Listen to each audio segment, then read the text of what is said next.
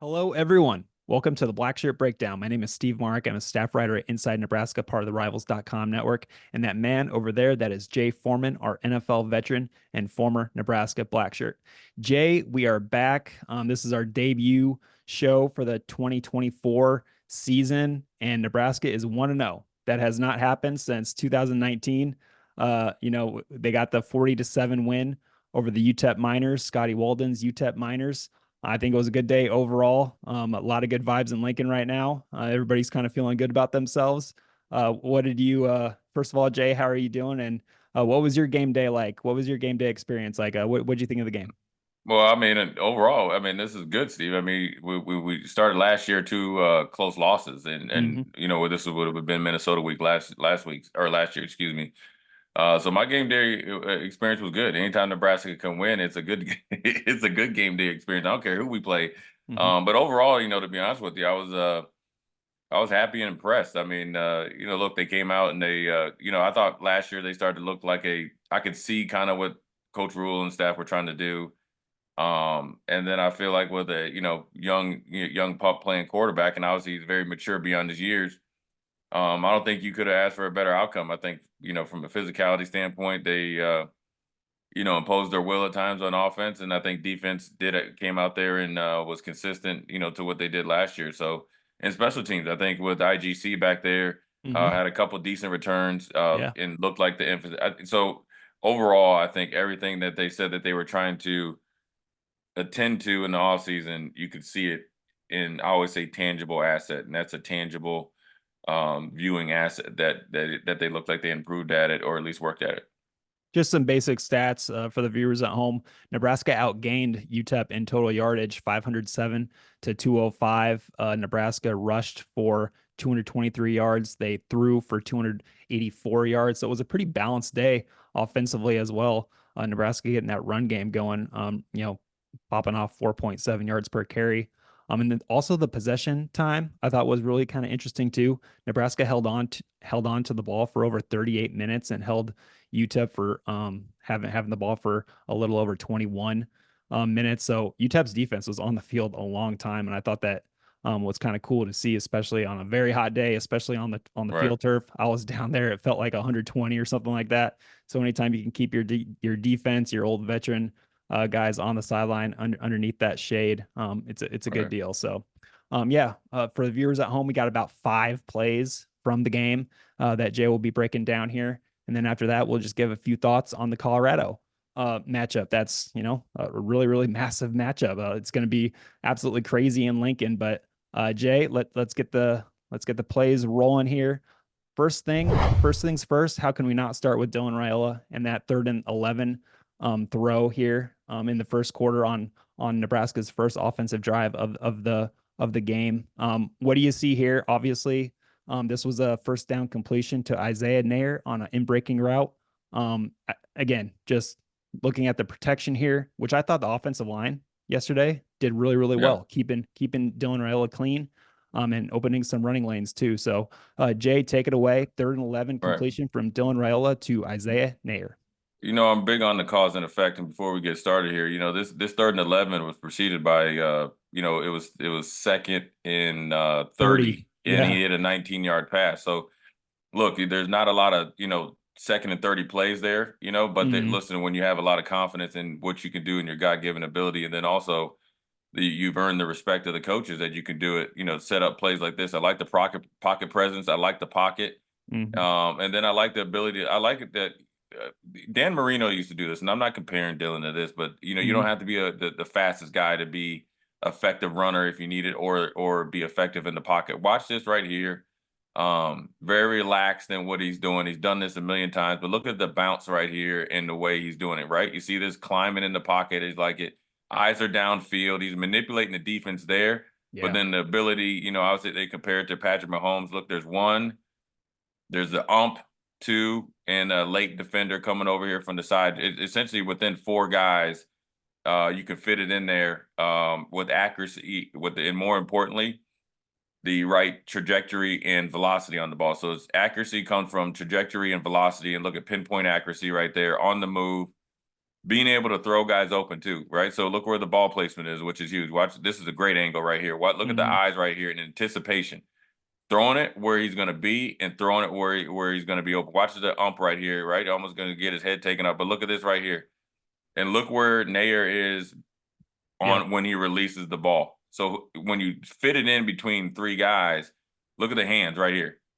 There's only one guy that can catch it, right? Through Mhm. all those defenders. This is not, I always say this is not for the faint of heart, and this is not Pee Wee League football. This is big time pass right there and a big time catch right there. But then also it's something that you have to practice. Granted, game time, you got to go over your natural instincts, but this is natural because he's repped it and he hasn't. And the thing about I'd say for Dylan, um, he has obviously a really good trainer. So the things that he's doing with him, and then obviously doing in practice, he's training like a game. This is a game like training session right here. Step up, eyes downfield, boom. And it almost had like a little bit of a, like when a plane takes off, it kind of, the trajectory goes up. Look how low it starts right here. Yep. See, watch this. And it's like a rising fastball. See how right there, Mhm. look where it's about eye level when he releases it, and then it's above head level when he Mhm. catches it. Because why? You got to throw it to where you're only your guy can make the catch and the defender can. Sometimes a great throw beats good defense. This is pretty decent coverage right here. When he steps up, boom, in between three or four guys, definitely within two, over the ump's head, and then pinpoint accuracy. And then he has the right trajectory and accuracy and location for it, and also a good route there by Nair because now you got the first down and you keep the drive going. Absolutely. And everybody kind of knows about Dylan's arm talent, his accuracy. That was on display. That's something that we've seen. You can see it in his high school highlights from Buford, Georgia, and his other two stops in his high school career. But also, Yeah, what was really impressive was his just ownership at the line of scrimmage, his yeah. ownership of the offense, right? Also, Steve is that's one thing that I would say people don't do a good enough job of evaluating right here, right? Number one, I want to give a shout out to, I think was that Ramir right there, help with the chip block, Oh, good job yes. there, giving Yeah. Turner on a because number zero can rush the passer here. I mean, there's no Westermore, joke. Maurice Westermore. He's an NFL He guy to some he people. he can rush the passer. So Hmm. let's get that out there because I want to give the props there. But more importantly, you mentioned it, pocket presence, Hmm. presence in the huddle, having command of the offense and command of the defense are a good anticipation of what they're going to do. So when you're a football, you could tell just how Dylan moved, like the confidence that he walks as a football player Yeah. comes from preparation. And it's not just throwing. He Hmm. eats right, he trains right, he thinks right, and he's in the film room. And so that's where you're able to take these, wouldn't even call this guesses. This is a this is a everyday thing for him because it just comes natural. Yeah, and I think we see that right now in a different part of the game where he's looking at the defense, he's saying one thing and he's changing, he's making a change, and then I think he maybe does it three times here, and it ends up with a 42-yard run from Emma Johnson. Yeah, more importantly, when you have command of the offense and obviously you know what you're doing, and he's 18 years old, running, he's orchestrating the offense right here against this defense, right? And so film study allows him to go to the line and check not once, Mhm. check the protection, not twice. Now he likes them to get over there. And what happens then when you start wearing the team out, they don't stem as much, right? Everybody look at the defensive backs here, the four guys in the back, they're all at the same level. So Dylan already knows one of those guys needs to come up, right? So that's essentially you can manipulate the defense with the call, and you get into a really good run play here by Emmett. And Emmett does a really good job right here of, I look at things from a defensive perspective, how to get skinny. So Mhm. watch when these two defenders close in on Emmett right here. After this, great job by Dylan, checking the play. Watch how he gets skinny and gets vertical, and almost like I always say, like a sobriety test right here. One foot in front of the other. So got two guys right here that have good angles right here. Watch this right here. Comes tight off of that guard's butt, Yeah, sets it up with the timing. Watch him get up the field right there. See that? Watch how he that gets skinny. inside See move. this Hmm. right there. See how you kind of almost cross over? And both of those guys, that's how you make a guy's miss. And this is where you have to really be able to evaluate a running back from a defensive perspective because I have to deal with it all the time, Steve. Hmm. Maybe lost a little money trying to tackle Marshall Falk right here, but watch this right here. Get up the hash right here. Watch how he gets right, left over right there. I call it the sobriety test because it's one foot over the other. And Mhm. then he gets back and tries to get to the sideline and gets an explosive run right there on a 3rd and 5. But it starts and stops with Dylan and him having the play recognition and the pre-snap read and a double pre-snap read, and then also Emmett hitting this play correctly with the Mhm. perfect timing. Look how he sets up his block right here on this linebacker. Right now, it's bad footwork here, right here. Right, he sets it up right. Bad eyes by the linebacker, but the bad eyes are built off of Emmett running it. And look how he gets back to it. He's going left, but gets back upfield Mhm. so that safety, number one, doesn't have a clear shot at him to make the tackle because he's already did his work early by setting up the linebacker play side. And the linebacker showing you right here at the end of the play, watch it. You know he messed up. I've been here before on this, not on a big run, but watch this right here. Watch the clap right here. Boom. You know he missed it. Boom. And it Yeah. was number 19. He knows like he had a bad read too. And Right there. Emmett was Yep. out the gate. Yeah, so right there. So it was a bad read on a couple of those guys, but it's set up by the pre-snap read, but it was more Mhm. importantly, it's set up before the game even started. The having knowledge and the acumen of the offense and the command of the offense allows you to study film in a different way so you can anticipate. And it probably was alert for one of the coaches, I'm assuming. And he was able to change the play not once but twice. The line of scrimmage led to a big play. Talk about anticipation, with the defense right now. I thought they played great aside from, that one touchdown drive that they gave up in the first half. But you talk about expectation, anticipation. You're backed up at the 3 yard line. UTEP's offenses and Nebraska. I think they played really well on Saturday, and I think they likely knew that there was an inside run coming. And Ty Robinson, nobody laid a hand on him. He blew it up, and also the job that Nash Hutmacher does here, but also Makai Bear right behind him to shoot that B gap and blow this thing up for a safety was beautiful.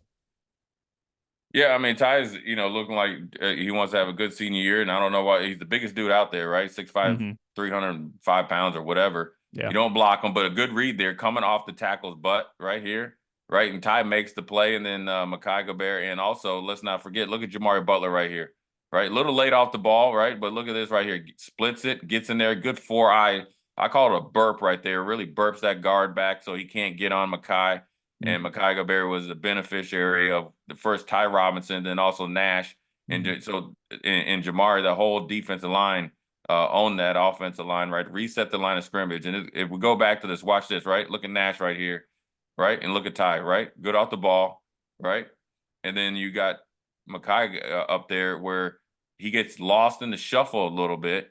The left tackle is supposed to get down on. Look at the eyes right there. And then look at Jamari knocking him back, and then obviously Makai shooting his gun, as we like to call it, and getting the safety along set there by Ty Robinson, then also Nash right there knocking the center back, and that's what you want right there to win the line of scrimmage. And when you got a team backed up like this right here, right? This is one. I mean, it's really not that backed up, but when you try to pull guys, Mm-hmm. um, That takes this time. yeah, it takes time. It's slow developing play. We've Mm-hmm. seen Nebraska teams in the past be victimized by this. Back like Yeah. when Mike Riley and them were backed up a couple times. We were talking offline about Wisconsin. But look at this play. I like the tackle though. Look at the leverage right there by Makai. Right, he was tackling anybody that looked like they had the football right here. Watch this. Right, when you see the gap, if you shoot it, make it. Right, Mm-hmm. double down. Right, you see it. He shoots it. Gets Right, low. look at it. Look, gets low. Right, look how he knocks this guy back. Everybody on UTEP is catching. Mm-hmm. Big 58 was pulling. He got punched in the face. And Makai, I don't know if he tackled the puller, and then enough to the point that where Nash and him were able to kind of coexist and knock both of those guys back. And they had the butt fumble, with the Jets. This is kind of like the knock the lineman back and get the safety here. Watch this. Both of them really don't make the tackle. The Uh-huh. offensive linemen make the watch Yeah. this with first it's Ty, right? Kind of stymies him. But then the guard or the center and the tackle that was trying to pull got knocked back into the running back right here. Watch this. The tackle makes the offensive tackle makes the safety because Makai knocks him back, and then Nash bullies the center back there enough to where the running back's knees hit in the end zone and ends up to a safety. And anytime you can score on defense, right, whether it's forced fumble, interception, return for touchdown, or a safety, or you could always say a block punt, Yeah. um, it bodes well for the defense. And this is when you smell water in the blood, man. You got to go get it. Yeah, and I think Matt Rule was wanting that to be considered a turnover, so the statistician did not make this a turnover. And I don't know if it technically is or not in football, but Yeah, Matt Rule wanted 3 takeaways from the defense on Saturday with that both interceptions, 2 interceptions, and then right. this reverse goal line stand, if you will, for that Yeah. safety. Hey, But it all works the same way. absolutely. So let's go. Let's just take a look at UTEP's lone scoring drive of the game, and this is all three plays. I decided to keep it in there because Scotty Walden's fast tempo offense. They had it rolling, especially on this drive, and it was just bang, bang, bang. So Jay, this is going to be 3 consecutive plays, and UTEP is snapping this thing with around 35 seconds and 30 seconds on the play clock. So Nebraska was obviously following. They were trailing. They were trying to keep up, and in the end, Malcolm Hartzog gets beat on a slot fade or sluggo, whatever you want to call it, and UTEP gets on the board. So, Jay, this is the first drive of UTEP's, or the first play of UTEP's drive. What do you see? Yeah, right here they try to they're trying to just out leverage you here, right? Quick pass right here, get a little positive yards, right? Get a first down. A little pretty much a slant right here, a little discombobulation between the corner and the safety right here, just on leverage, right? Both of them at the same level, right? You like to see the feet stop right there and break on the ball, right? That's just little tidbit stuff that Coach Butler will work with Hartzog and obviously Buford, right? So then Mhm. you're able to he catches it and then he gets 5 or 6 yards run after the catch, right? Yep. So what a team like UTEP does, right? They think like, okay, in a boxing match, they hit like a little counter punch right there. Boom, we got there, right? And so Mm-hmm.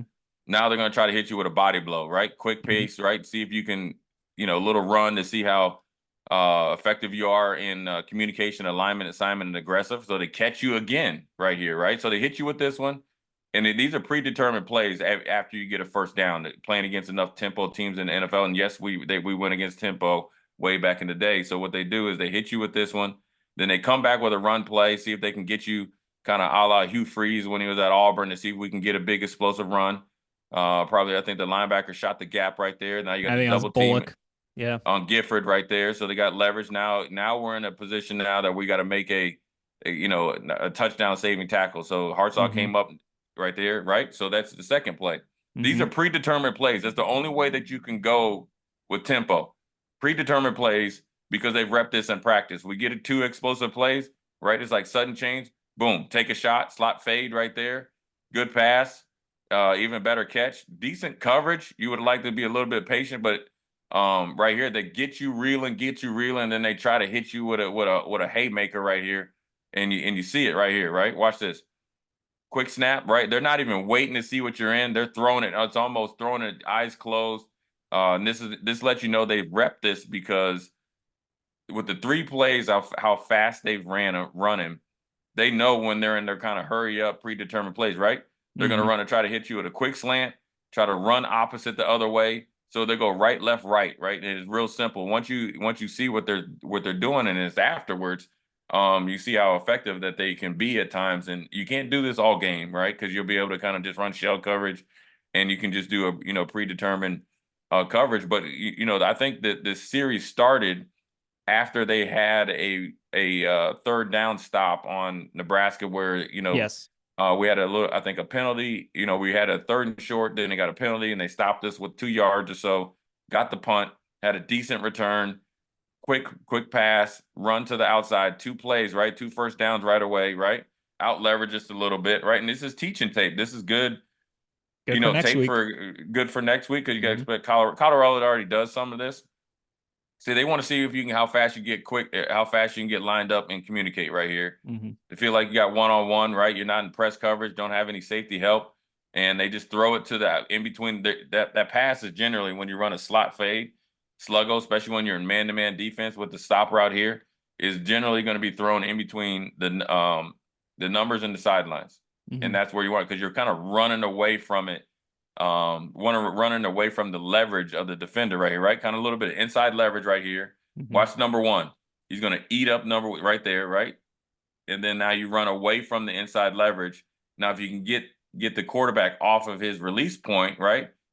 Then it's a harder pass to complete. A little bit of a counter action to slow down the rusher here from the outside, right? And this is Yeah. a really good executed play. You got to give him credit though. So Hmm. I mean, we knew coming in that he brought a lot of guys in from Austin P that Yes. knew exactly what he wanted to do. And if you go back and what people don't understand, if all you had to do is go back and look and see how they played against Alabama last year, they were taking shots 3 or 4 a quarter.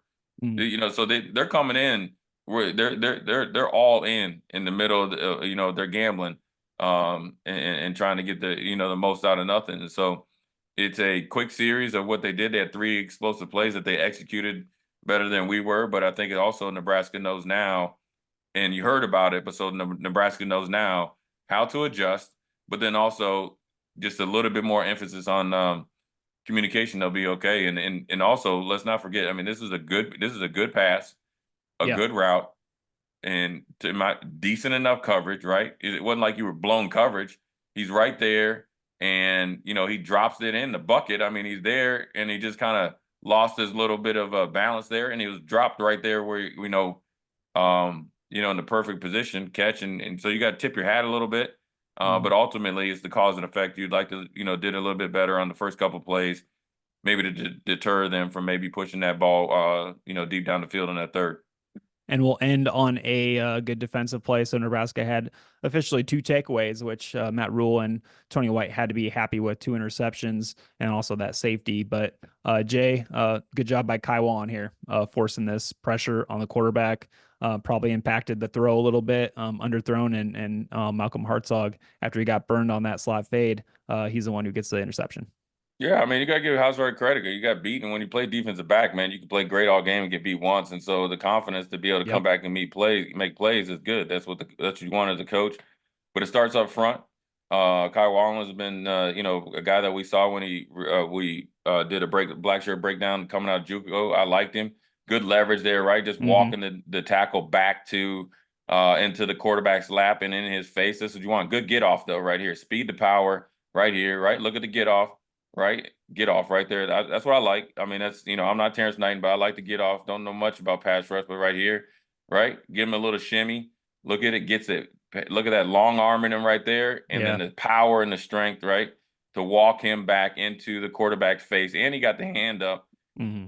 messed up the delivery of the ball, right? Number one, and then number two, allowed Hartzog to have an easy pitch and catch, and it was good coverage there as well. So, sure, he got beaten the first touchdown, but he's able to come back and make a play for it, and that's what you want to see as a coach.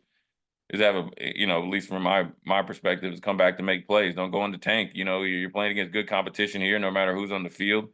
They're Division I players, and you got to keep making plays and you can stay in tune in the game. So I think it's all set up by look, the best defense or best thing for defensive backs is a good pass rush. Hmm. And that was a good pass rush there. It's not all about sacks. It's getting the quarterback off his spot, getting his face, causing havoc, um, making them make throws or throws that aren't inaccurate. And we saw the flip side with Dylan, where he's able to make pretty accurate throws because he had a pretty clean pocket all day. It's good to see Nebraska on the flip side. Speed to power, bull rush, long arm right there, got right in front of the quarterback, allowed for a pretty easy interception for Malcolm Hartzog. The focus now shifts to Colorado. Next week in Lincoln, Nebraska, 6:30 p.m. kick, national TV. The place is going to be rocking. The atmosphere is going to be absolutely crazy.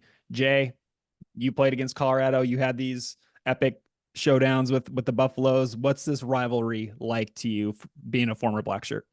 Well, yeah, man. I mean, we hate Colorado, and I hope they hate us. It's the Colorado week when you're getting ready for Colorado is different, and it should be more intense.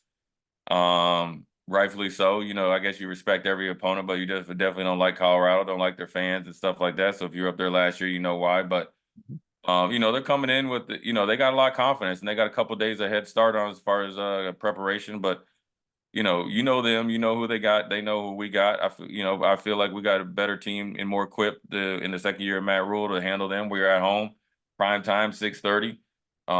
You shouldn't, this is what you come to college for. This is what you come to Nebraska for, to play teams like Colorado in these situations, big games, and then so be it that it's Colorado. So there's going to be a lot going on, and but that's where you got to really, really focus as a team. That's where leadership and listening to your coaches and listening to the veteran players. There's going to be a lot of hoopla around this game, right? And that's a known. But ultimately, the most important thing is doing everything that you can to the maximum on and off the field to put yourself in the best position to perform and win that game Saturday. So I like our chances, and like the way that the team is coming together. We have about 8 minutes left here, but Jay, before we get out of here, what did you think of the Buffaloes game against North Dakota State? Obviously, North Dakota State, we know about them. They're a FCS powerhouse.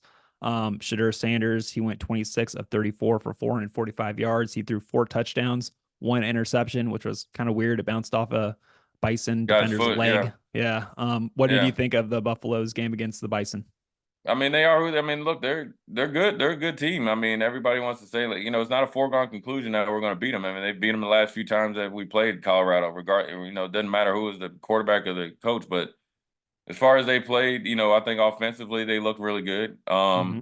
I felt like the offensive line is probably better than obviously they ended last year. Now, granted, it's only one game, Mm-hmm. but they look like they are a little bit better talent wise up front. And that goes for defensively. I think they struggled a little bit, out of the gate defensively, where Nebraska could probably pick up on some things. But then also, I think the quarterback run game or delayed quarterback run game was pretty much 90% of their offense, and that's not really our deal. So I think you got to expect, just like they expect us to be better than we were last year. They are who they are, and you just got to go and beat them. I think being physical with them is one thing.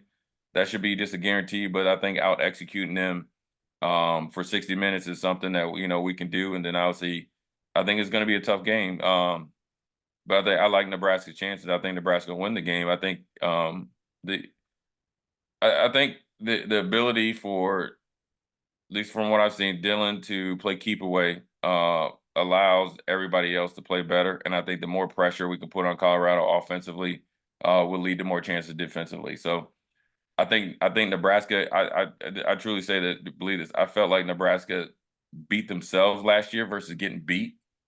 Yeah. I do, but then also, like, I want to give Colorado credit where they took advantage of some of the mistakes that we made. But I felt like just the self-inflicted wounds, and I don't think this team is built like that, right? Mm-hmm. Last year really hurt us. I mean, the first drive, I mean, we walked the ball down the field. We did Sure. whatever we wanted. Gave them the ball there. We had the other one where we were kind of, we got Colorado scored 14. We got the ball back. It's continued. We started to walk the ball down, down there again through a pick. Mm-hmm. Those are the type of things that you can look at it and you can say, listen, okay, this is where we're at. Let's take these 4 or 5 plays and let's minimize these and look how we got to this point. And I think that interception by Jeff Sims, I don't know what quarter it was. I think that was after a penalty. I think we had explosive play. It got called back. Then we were behind the chains. It was open, just an inaccurate throw. So I think if we do that, I think we'll be just fine. I think North Dakota State is, it's a new version of North Dakota State. I don't think they depend on the run as much. The new coach wants to open it up. And so I think you just got to play tough against these dudes, man. They got playmakers. They're going to make plays. But we're going to make our plays too. And so, I think the mindset is slowly but surely changing from, instead of worrying about who they are, let's just focus on who we are, and we'll be just fine. Excellent stuff as always. So, that was a great Blackshirt breakdown for Nebraska's season opening win over UTEP 40-7 over Scotty Walden's Miners. Now the focus shifts to Colorado. So, for Jay Foreman, my name is Steve Marik, and that was a Blackshirt breakdown UTEP style. Catch you guys next week.